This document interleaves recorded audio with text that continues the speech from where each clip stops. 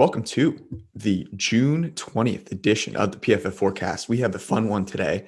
Again, Eric and I, different parts of the world, coming together on a Sunday morning. We're going to talk about a couple of corners that are still out there. Richard Sherman, free agent, Stephon Gilmore, still technically with the Patriots. A lot of trade rumors there. Who would be smart to go grab them? How the Bears are handling Justin Fields, what we make of whether that changes our opinion on Bears bets, because we've placed a few. We're going to talk player season-long props. There's some up at DraftKings, most notably some passing yardage props and some rushing yardage props. And that will lead us into a really fun conversation about running backs, our top 5 running backs, and then extend it to some teams and players that have the most on the line this season. And of course, we'll close it out with some recommendations. Let's rock.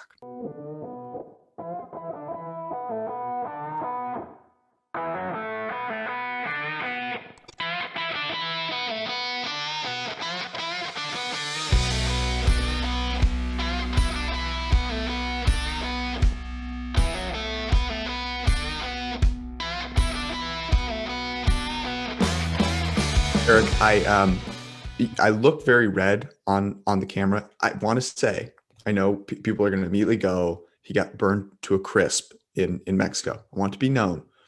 It's 8 a.m. here on the West Coast. I just washed my face and I've got this weird light situation. So don't assume the wrong thing about me. That's all I got to say. All I got to say, I mean, it was an underdog, but you're still good looking, George. Sorry. Thank you. It's still a thing. The number of people that do, however, get burnt to a crisp Mexican sun is different. I know we're not doing recommendations right now, but a recommendation, get a good face sunscreen and put it on every hour. Yeah. Well, I mean, even when we were in Vegas, it's like catches up to you quickly. I can't imagine. I haven't been to Mexico since I was in like 7th or 8th grade. But by the way, happy Father's Day to all the men out there that have spawned children. That includes you, big dog. It does. And I'm looking forward to seeing them. We're currently in a town called Intercourse, Pennsylvania. Sorry, wait, what? For a wedding. Yeah, Intercourse, Pennsylvania. It's about an hour and like 15, I guess, west. I didn't even pay attention. It's like an hour and 15 minutes away from the Philadelphia airport. Friend of ours, mutual friend. So city of brotherly love. Got married naturally. Last night. And what's that? Intercourse. From the city of brotherly love, yes. Naturally to Intercourse. Exactly. There's obviously a path that's been traveled before there. And my voice is a little hoarse, but it was a good time. And I'm excited to go back home and see my children once this is over. What's the one song at a wedding where you're like, if they don't play this song, I'm out? Shout. Yeah. I don't even think they played it. I think we tried. Really? It was lovely, but we tried to get them to play Shout, and I don't think they did. But yeah, Shout is obviously the one that comes to mind for everyone. I think there are a few in that zone. My favorite is this though: when you're ending the party, and there's always an after party. You got to play Closing Time. Oh yeah. See, like in my experience growing up kind of like in the Midwest, but also marrying into a family like from the country, like Cotton Eye Joe is like the song that's played at every wedding, and it's awful every single time. And it makes you like, okay, now it's time to go smoke a cigar. Like this is, whereas Closing Time feels like if your cigar's not over, you did not fully partake. I don't want to talk about cigars. Let's talk about Richard Sherman and Stephon Gilmore, because there are a couple of corners that are out there. And I feel like we talk about this most years, which is there's a depression in the market relative to coverage players. We've seen it with safeties. We've seen some really good deals come out with safeties. But it seems like there's nothing worse than being an older corner that has been good before, because no one wants to pay the premium price for how good you've been. And yet there is an assumption, even if you've played well recently, that the cliff is right there and you're about to, go without a parachute down it. Do you think that's fair?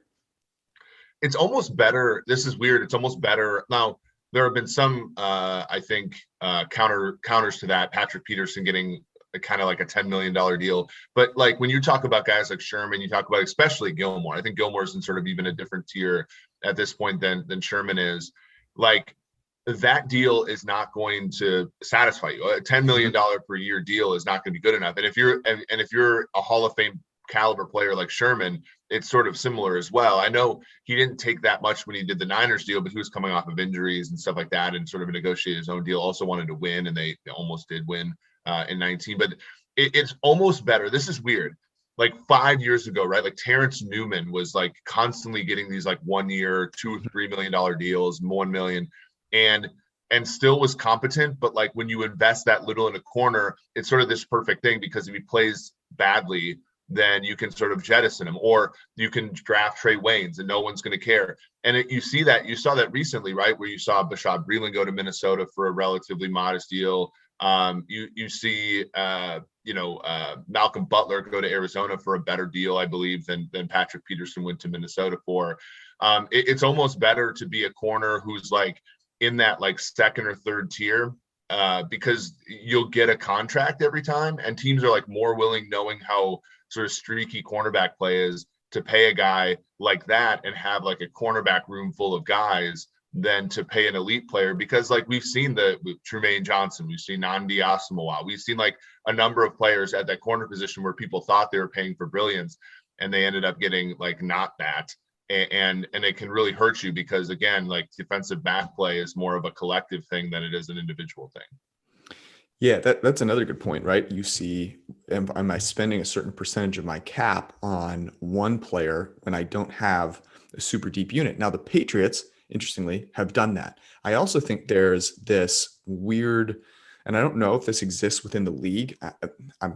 I think there's probably a little bit of it underneath there, which is, if the Patriots are willing to trade me a player, do they know something I don't know? It's like more so that way than there might be with any other team. And so you look at Stephon Gilmore, who, by the way, is 31 and has played brilliantly, but is heading into the last year of his deal. And so we'll certainly want a new deal. And if he plays well again, he was at 13 APY in his last deal, over the course of, I think it was 5 seasons.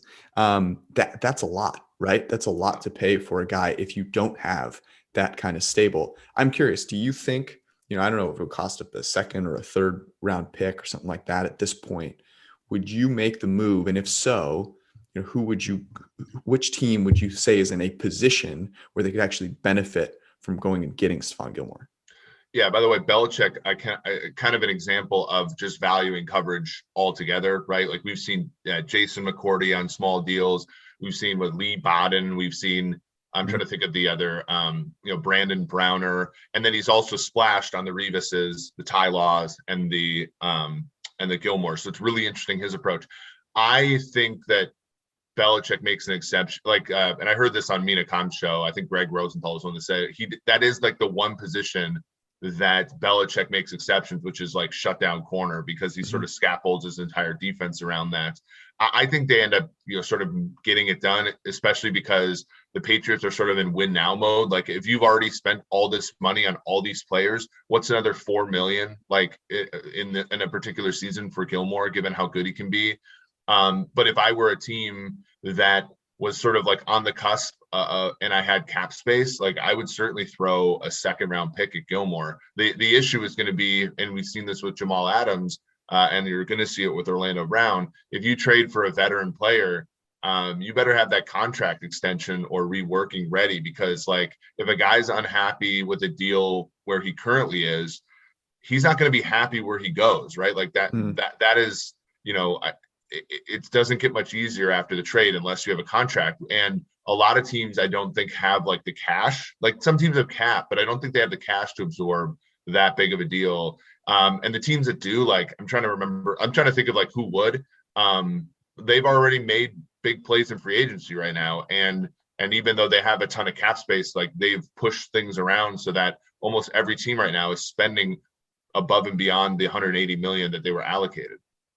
Yeah, you also think about teams in win now mode, and you go, okay, well, a lot of them have also, to get in that mode, given up a ton of draft capital. So you're looking at a team that maybe wants to play around a little bit more with winning this year, and values, say, okay, the second round pick, kind of the way that the Rams think about it. And that's why I don't know. If he's truly on the trading block, and personally, if I'm the Patriots, all the moves that you've made in free agency are, as you said, win now moves.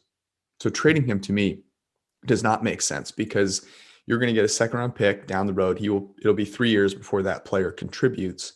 And you've made all these investments in players that are not going to be helping you really in 3 years, right? If we're being realistic, and people get mad about that, but it's like, no, like look at how that works.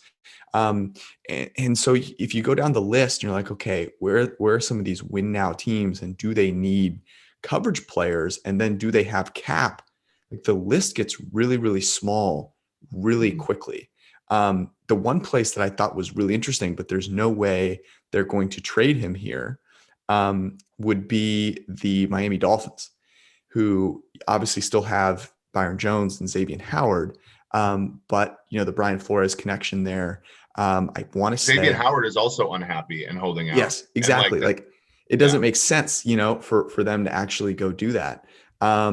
So I think the best place for Gilmore certainly is in New England. I think it's the best place for him, and I think it's the best place for the Patriots from the Patriots perspective. I will give you one more. The Patriots aren't good enough to win now while trading a corner like Gilmore. Like they're not a, like the Packers could trade Jair Alexander and still probably be okay if Rodgers is playing. The Ravens could maybe trade like Marlon Humphrey and still be good.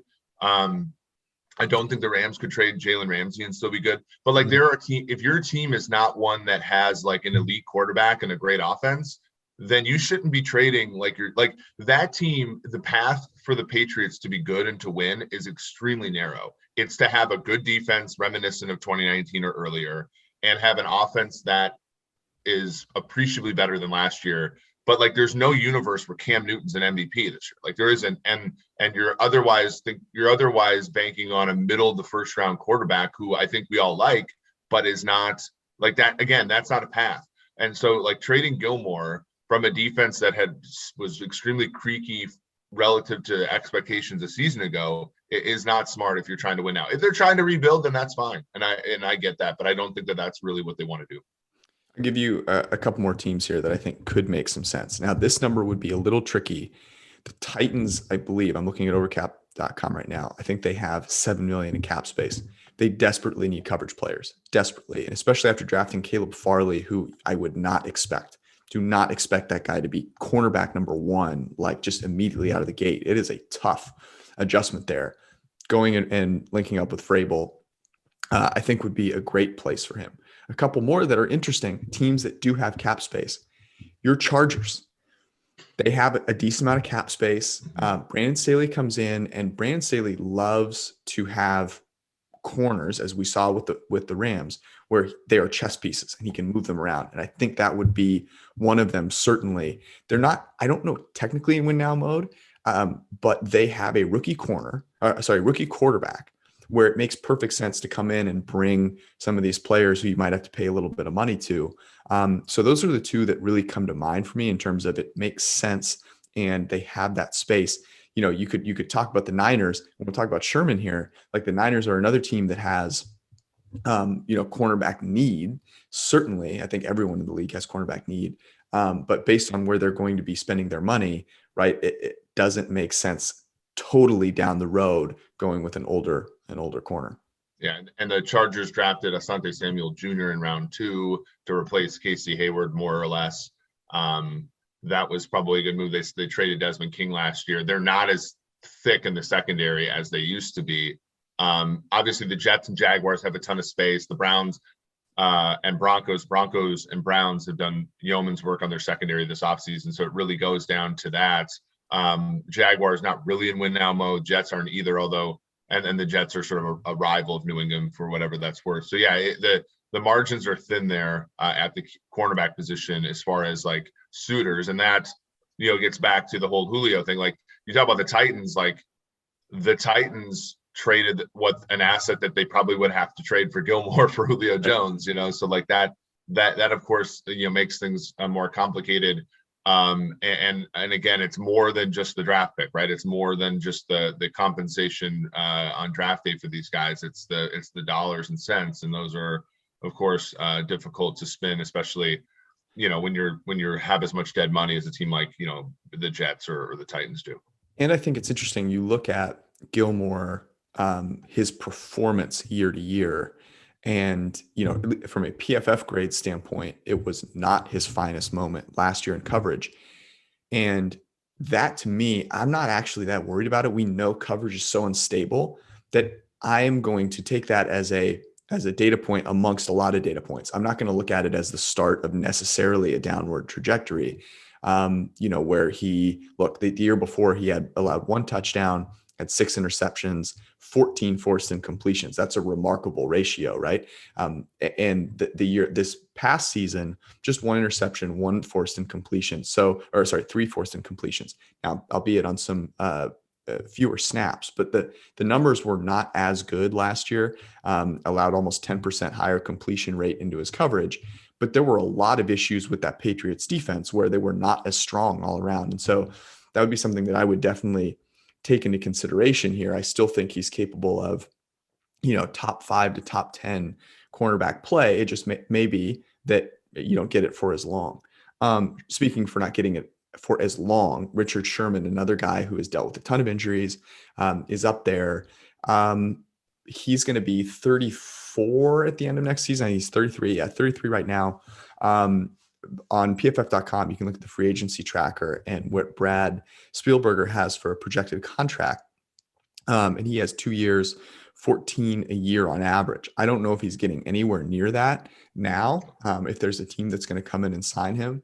But I got to be honest with you, the teams that make the most sense, in my opinion, for Richard Sherman, especially knowing that, he is a West Coast guy through and through, has played on the West Coast, was born on the West Coast, went to college on the West Coast.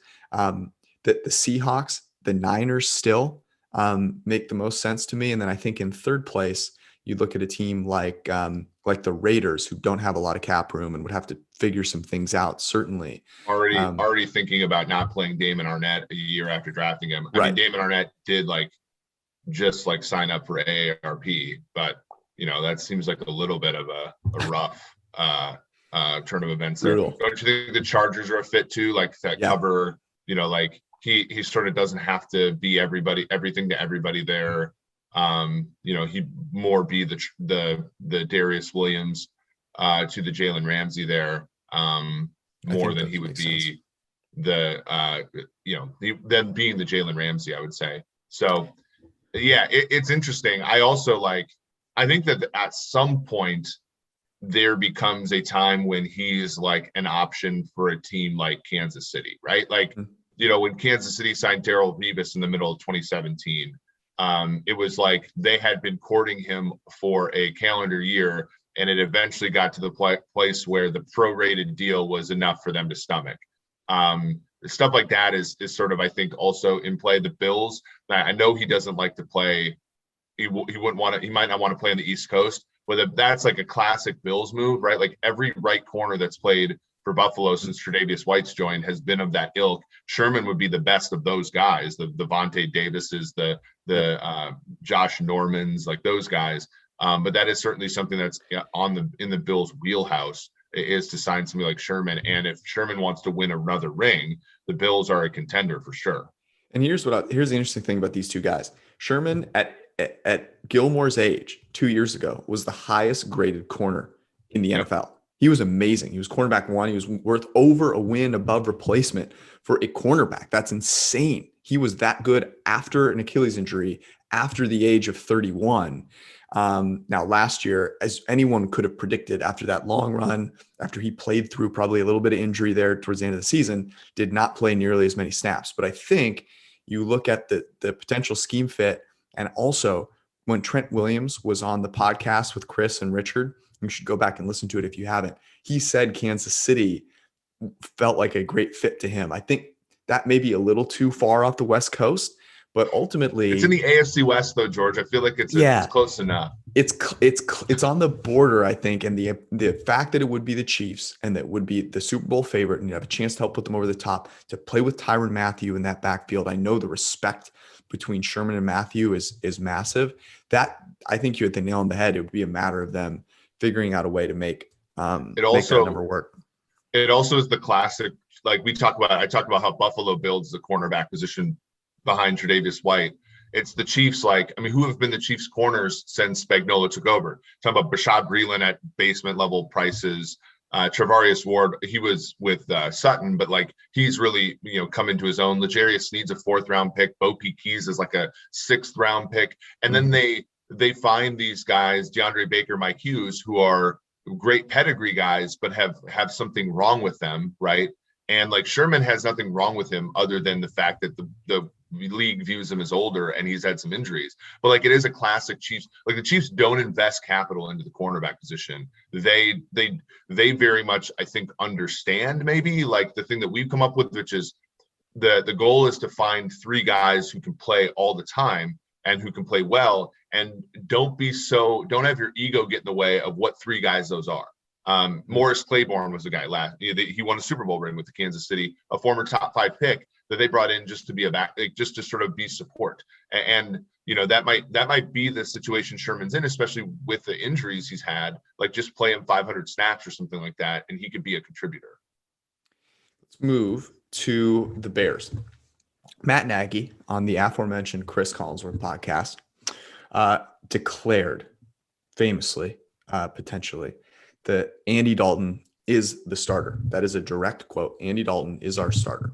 Now that feels like one of those things that you should put on, a image and throw it out on Twitter so that when Justin Fields ends up starting, you can remind everyone that like coaches speak doesn't matter. So I'll start with this. You hear that. What do you make of it? Are you believing it? Are you assuming, okay, this means that they're, as he then mentioned later on the podcast, and you should go listen to the whole thing, we are following the Chiefs model, the Mahomes model. What do you make of it? I get worried, man. The thing is, though, like the Chiefs model is different, right?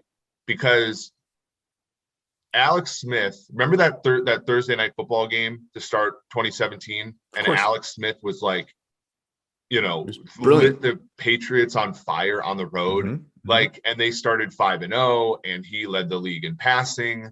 Like that, I would agree that if Andy Dalton did that during his starts, okay, follow the Chiefs model.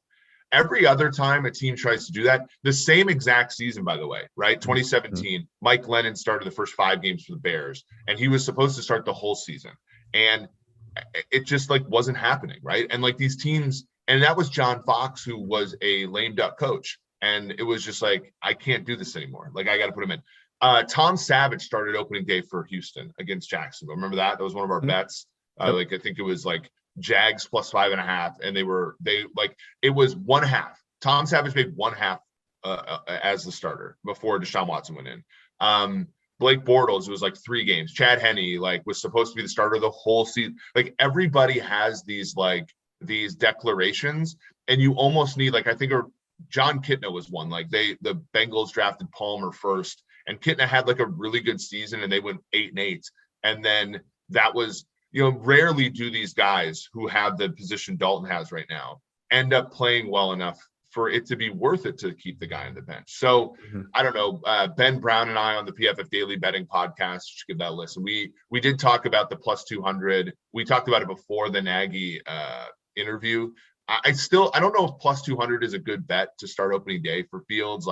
1 in 3 chance basically is break even. But I wouldn't be worried if I'm a Bears fan that you're going to see Dalton play 10 or more games. I think it's going to be, and if he does play that much, he's going to be playing well. They're not going to sit here and watch him play and play terribly. You know what I'm saying? Because I think the comparison with the Chiefs is just so stretched. Alex was the quarterback for the Chiefs for 5 years, and they weren't just going to bench him.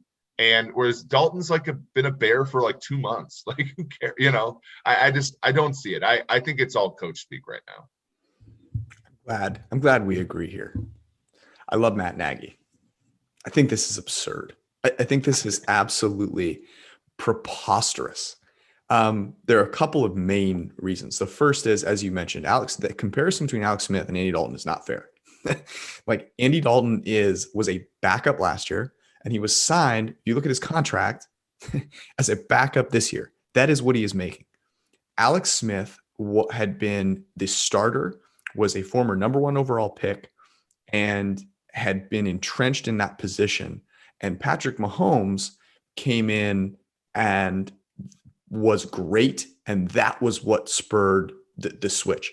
That's the thing I want to highlight. It's about whether the player you brought in, Justin Fields or Patrick Mahomes, whoever it is a really good quarterback. That is the impetus for making the switch. It has nothing to do with some model where it's like, hey, look, if he sits behind him, he was average before, but then after this year of sitting behind Alex Smith, Patrick Mahomes became great. That's complete bullshit. You ended up drafting one of the best, most talented, most driven quarterbacks at pick 14 or whatever it is.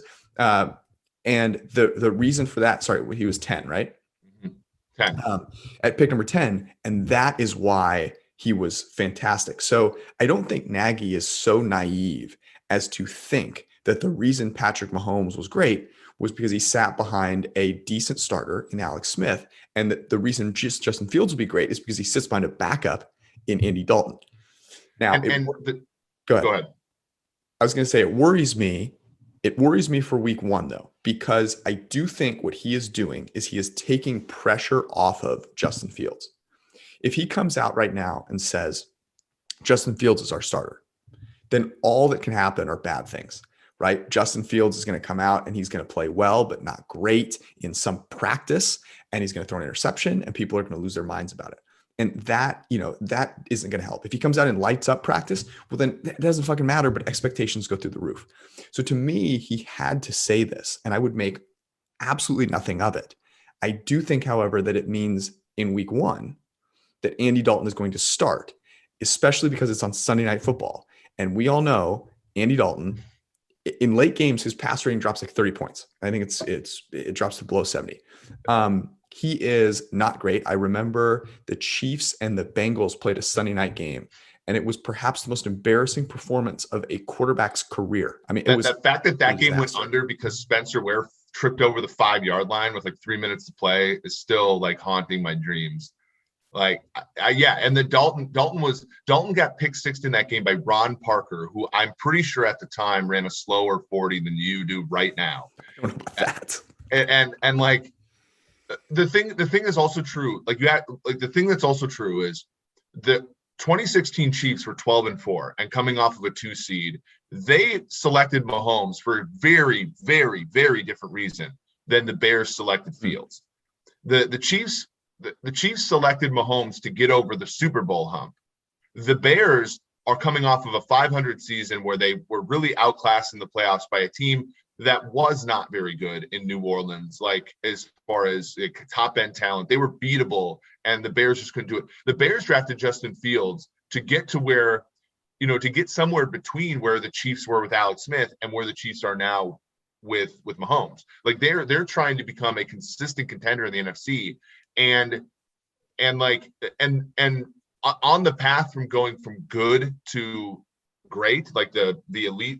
Like a transitory year is fine. Like that 2017 year for Kansas City was about figuring out, can you win with a good offense and a bad defense? Because that's how they were going to sort of like transition into the Super Bowl years. The Bears right now are still trying to play football the exact same way that they played it last year. They just want to insert a better quarterback at a good price. And like, to me, you don't need to figure anything out this year if you're Chicago, right? Like, what are you learning about your team this year? With Andy Dalton playing quarterback? Whereas in 17 with Mahomes, you were learning about Tyreek Hill because he took over for Jeremy Maclin as number 1. You were finding out about Kelsey because he changed from a yak tight end to a down the field tight end. Like, they changed their offense and just played Smith through it because there was a chance their defense was so bad that Mahomes was going to have the same shit he had to deal with at Texas Tech, right? Which is losing games 60-50. And ultimately it worked out for them. The Bears are still trying to win with good talent on the roster and a quarterback that just doesn't fucking lose it for them. And the cool thing about Fields is that he has upside where now not only can they win the way that they used to win, which they're 8 games over 500 the last 3 years, but now they have a Super Bowl potential. They have a quarterback, they have hope. They have a quarterback that people are excited about. I do agree with you, though, as far as think about if you install Fields now as a starter and he gets benched, let's say he plays so poorly in August that you can't start him. Like he's just like he doesn't have it or whatever. Then everything that happens this season is viewed as a negative, right? Like you lose that hope. You're Nagy, you're trying to push the narrative around. Everything's bad. But let's say Fields is just light, like he's not good enough, and Dalton comes in and plays well. Okay, that's fine. You don't lose anything. And then if Fields plays amazingly and you install him and he does great, then you're this pragmatic coach that changed his mind because he saw new information. And guys like us will praise him for that because it's smart. So I think he's just setting it up for the best narratives too. And I think as much as we don't think that matters that much to a guy who's like on his last leg as a head coach, like I think it matters a little bit. I 100% agree. And the fact that their first game is Sunday night against the Rams with a defense that we think will regress because they're losing Brandon Staley and defense regresses, but that's still a very, very, very tough spot. Mm-hmm. It's a sacrifice. It's a human sacrifice is what it is. That said, the Bears right now are +7 in Los Angeles. We talked about liking that. I categorically refuse to bet on Andy Dalton, especially with an offensive line. I do think this is why Fields might get a little bit give them a bigger boost because his mobility will really help stall the defense, with their ability to actually threaten with the run. But man, I think that number is a good number. I would bet the Bears in almost any circumstance, but just not with Andy Dalton. I think it's ridiculous that they're a 7-point underdog, even with an average quarterback. But Andy Dalton on Sunday night, I refuse, Eric. I will not. Yeah, I think that's a very rational take on the situation. We will get right to season-long player props here in a second, but I should mention that if you are going to check out anything regarding season-long player props, fantasy rankings, fantasy projections, go to pff.com right now. There's a couple of great things. Our projections are already live. Obviously, if you have an Edge subscription, which is just $40 for the whole freaking year, those are live on the site. We also have our best ball draft kit, which is a great way to prepare yourself for the upcoming season by playing a bunch of best ball drafts, seeing where players are getting drafted. And the best ball draft kit at PFF, even if you've never played it before, it'll take you through the whole thing. You'll be a pro in no time. Also go check out Ian Hartit's Fantasy Football Podcast, the PFF Fantasy Football Podcast. It is a must listen if you are trying to play fantasy football this year. So head over to PFF, check out all of that great content. We'll also mention that symbol, SIMBULL. It's a stock market for pro sports. It's awesome. You can buy and sell shares of your favorite teams. You can trade them, and then you can get paid when they win games. You get paid a dividend based on how many games they win. Go to simbull.app/PFF. You deposit $10. You get a free year of PFF Edge. So all the stuff I just told you about, you get it for $10 if you deposit it simple, and then you get to spend all this time investing over the summer. So there's no reason why you need to think of this as an off season. There is no off season in football. Go check out all that good stuff on pff.com and Symbol. And now, season-long player props. Season-long, are you at all worried about any of the season-long bets on the Bears? They're over any of those division futures. Are you backing off those at all? No, I think the tail risk is almost entirely on the good side for them, right? If the Vikings stink, if the Packers trade Aaron Rodgers, I don't think there's tail risk of the Lions being good, right? Yep. And so I'm fine. I'm okay with the season long stuff for them. Their schedule is not easy. Their defense is a little bit probably going to regress a little bit, but I'm fine with it. Yeah, right now their win total 7.5. Over is +103, and they are +350 to win the division on DraftKings. I believe we bet the Bears at +450 to win the division. Over 7.5, 17 games. Look, Andy Dalton's a step up, as we've talked about, from the quarterbacks they had last year. Even if they get blown the hell out because Dalton stinks on Sunday night, that's not that tall of an order. Let's move to some season long props since we were talking about these and we're on DraftKings here.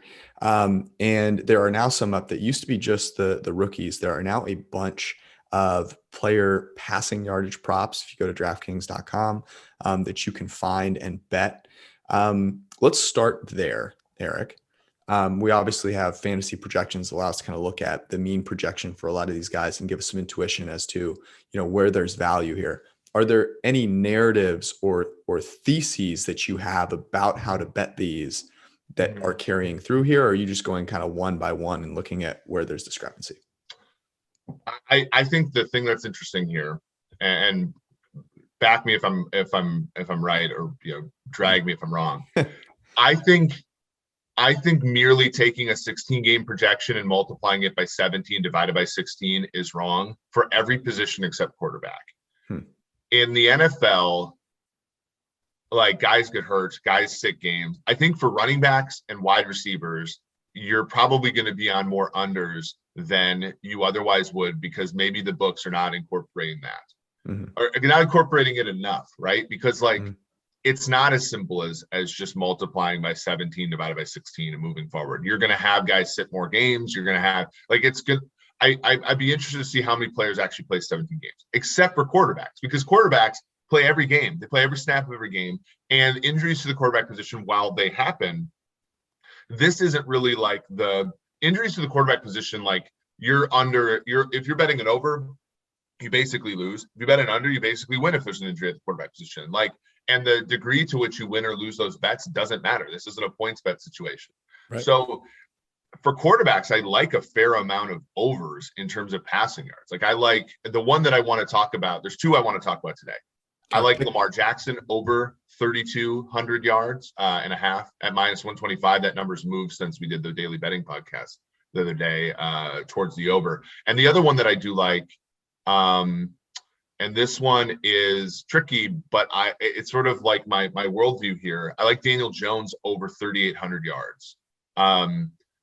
Kenny Galladay's over is also like part of this, but I think that he's going to play every game, and I think that he's going to play well enough to go over this number.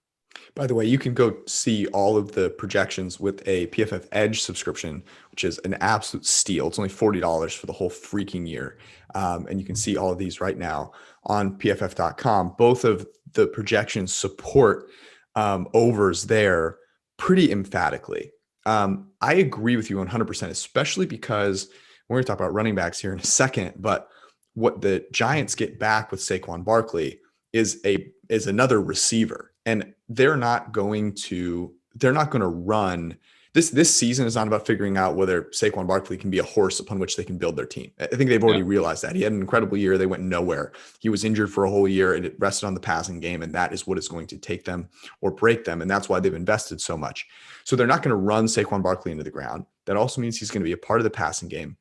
They have a really deep receiving core, obviously adding Kenny Galladay. Now there's been some weirdness with Kadarius Toney, but they have Darius Slayton, Sterling Shepard, some good players there in the receiving end with Evan Ingram, who, if he can ever catch the ball, is always a threat. So that one, especially for a team that I think is being a little overvalued in the market in terms of defense, not because they won't be really good on defense, but because defense regresses a little bit, right? And they were really good last year. They might be in some games where people feel they're going to be defensive battles, and they might have a few more shootouts than people anticipate. Here's the one. I'm glad you didn't mention this one, because I think this one is actually my favorite. The Lamar Jackson one is great. Baker Mayfield at 3850.5. And the reason, our projections have him over the 4,100, over 4,300. And I think about this next year with Stefanski, and I look back to last year and I go, do you realize how well Baker Mayfield played in games where this wasn't about just running the ball over teams, but in games where he had to throw the ball, to try and win the game? And I think mostly about that Chiefs game. To me, that confidence in Baker Mayfield doesn't just have to be a play action guy. Like, he can drop back and make great throws. Top 5 PFF grade from a clean pocket last year. That is something that I think carries over to this year. They still have a fantastic offensive line. Another year with Stefanski. I think Baker sails over 3850.5. Yeah, the interesting thing with Baker is you had a 5-game stretch in the season where he threw for 119 yards, 297. This was in Cincinnati over here. And then you had the 3 games all at home that were like snowstorms, like snownamis. And it was like 122 against the Raiders, 132 against Houston, and 204 against Philly. That game became kind of a slugfest and they had to throw a little bit more. But like, you know, the way he finished the season in games that like had decent weather, 258 against Jacksonville, 334 against Tennessee, 343 in that fun Monday night game where Lamar Jackson shit his pants, 297 against the Giants, 285 against the Jets when he had no wide receivers that day. And then the Pittsburgh game where, you know, Pittsburgh was kind of playing their back to 196. Like he threw for 3,600 yards last year and they were a run first team. And they also like had like again, 3 games with terrible weather and another game where they didn't have their wide receivers. All that goes up. And then Cleveland is a smart team. They'll try to figure out what they have in Mayfield. That's the other thing too, that I don't think people are baking into this cake. Last one I'll mention, Tom Brady's at 4,500.5. He's clearing 5K. Okay. He's clearing 5K. He's going to win the MVP. If you bet that 16-1, you're welcome. I think it's down to 12-1 now. Let's go to some rushing yards totals to piggyback into our top 5 running backs in the NFL. Agnostic of cost so that we can talk about guys that were drafted in the first round without hating on them. Yeah. But you look at some of these yardage totals, which ones stick out to you? Obviously, just, you know, based off the conversation we just had, where it's like it's different than with quarterbacks who you know are going to play every single snap. Yeah, the one over I do like is McCaffrey, Christian McCaffrey.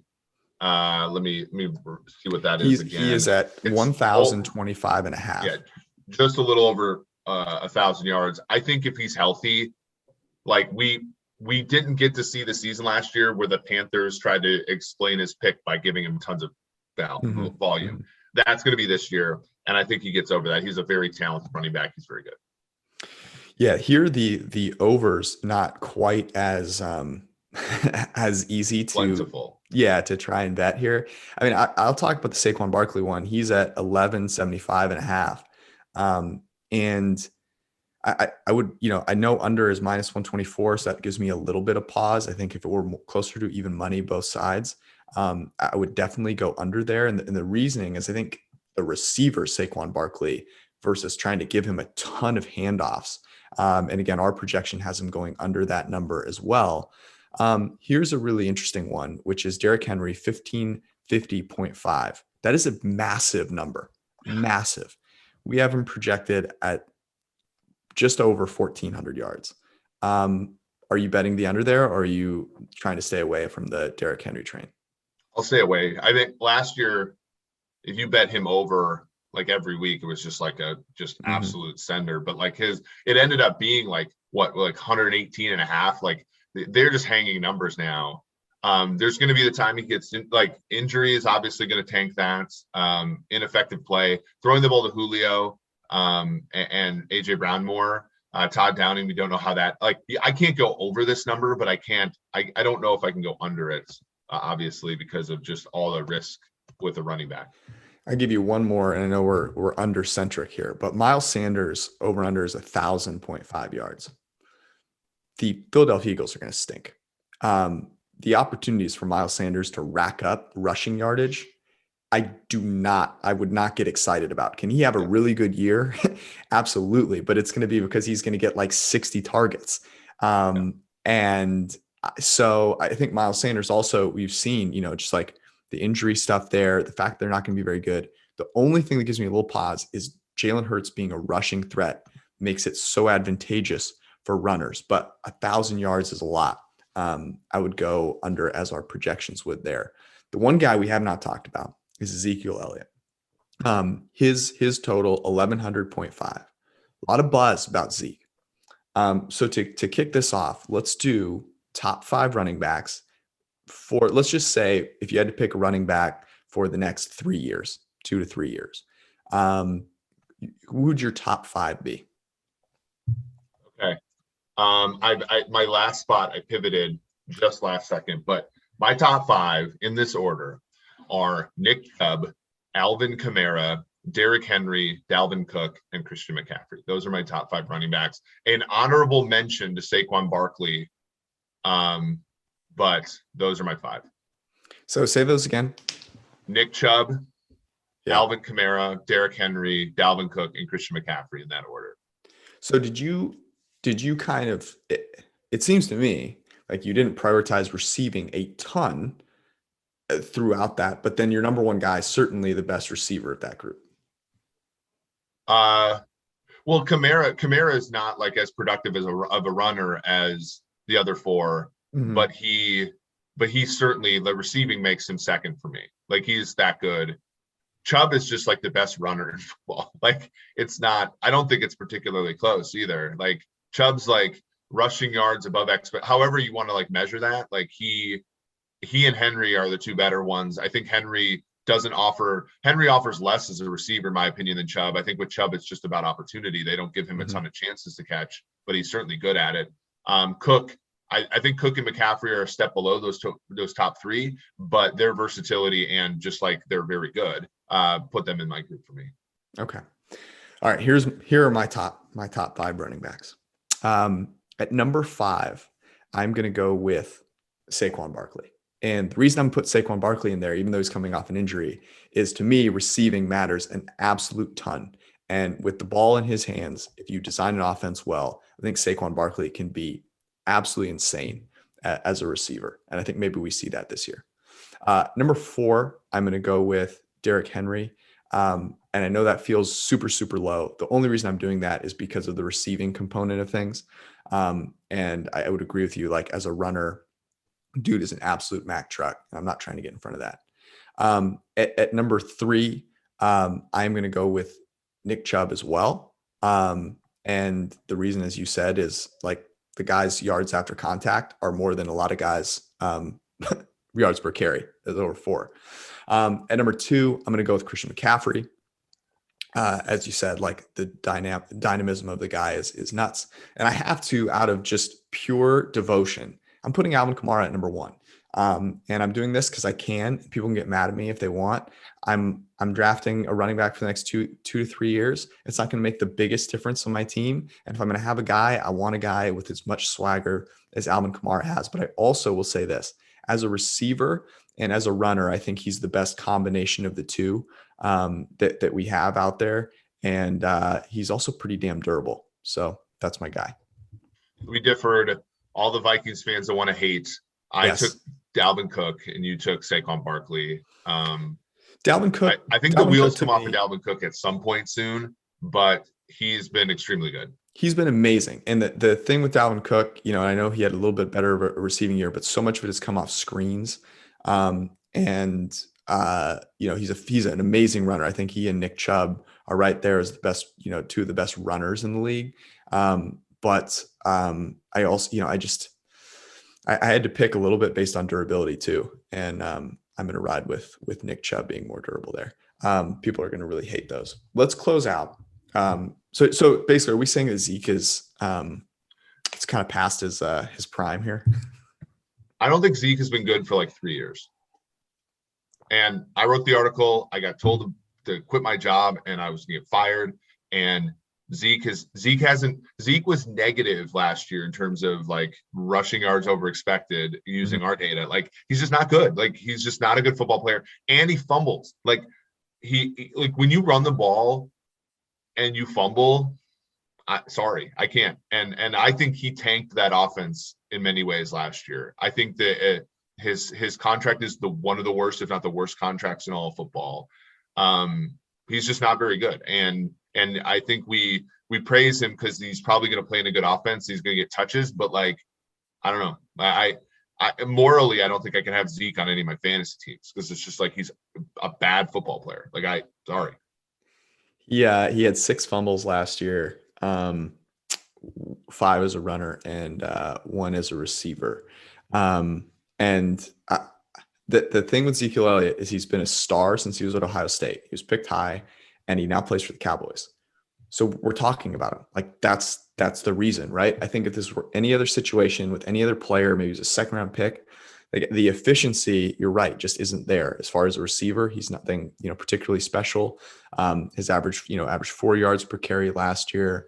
I think people want him to be good more than he is actually good. So I'm not going to say he's a bad football player because all football players are good. And you said this before, like all running backs are good. That's kind of the thing. Being a good running back doesn't do it. The guys that we just mentioned are exceptional at what they do. And I just don't think Zeke is there. I'll be very interested to see what that does to the Cowboys offense. Because if they go in and they're like, hey, we have to feed Zeke all the time, that'll be taking away explosive opportunities for what could be the best offense in the NFL with Dak. And then obviously that trio of receivers. So Zeke's yards per game and yards per touch have declined monotonically every single season of his career. There you go. Yeah, the offensive line not as good in Dallas. Okay, we're running towards the end here. Let's do some recommendations to get out of this. I have some recommendations aside from the whole use sunscreen, even though I swear to God, and it's this weird lighting here. But your recommendation for the people, Eric. I've been reading some books that I think are maybe not appropriate for this, just given they're not they're not neutral. So I'm going to go with something I think we can all rally around. Okay. I was on the plane the other day and I watched a movie that I hadn't watched since in a decade. And it still is amazing. Old school, Vince Vaughn, Luke Wilson, Yes. Will Ferrell's last good movie. Just an absolute, I forgot how funny that movie was. And so a blast from the past. If you're thinking, oh my gosh, this is free on my service or something, should I give it a whirl? I've already seen it before. The answer is yes. It's a great movie. I'm not going to recommend Wedding Crashers, even though that would be my recommendation every time. I have some travel recommendations for everybody here as an astute traveler. Okay. First two are really obvious. You're traveling, get TSA pre-check. It's really not that big of a pain in the butt. It can save you hours at the airport, get you through security very quickly. I know that's an old one, but global entry, when you're coming back into the States and you have to wait in customs, if you have global entry, you just walk straight through. I never even took out my passport. They take a picture of your face, you're good to go. So those are two big travel hacks. The third one is so you take a long flight. Say you're going, East Coast to Mexico. You get up from the airplane and you're like, oh my God, my back is totally screwed. They can be free. Bring a shirt or a sweatshirt, roll it up, put it right in your lower back as you're sitting. You could buy a actual pillow, like an inflatable pillow if you want it, but you can just use a sweatshirt. I promise you, when you stand up after that long flight, it will change your life. And then my third one, I have to give a Cabo recommendation. I'm not going to give you one of these restaurants that's on the water or it's pristine, because there's a lot of those. Go find the place that's kind of not, on the strip of scenic, picturesque oceanfront spots. There is a place called Acre, spelled acre, ACRE. If you're in Cabo, it's kind of out there in the jungle. It's awesome. It's absolutely fantastic. Go check it out. It's worth the little trip inland. Those are my travel recommendations, Eric.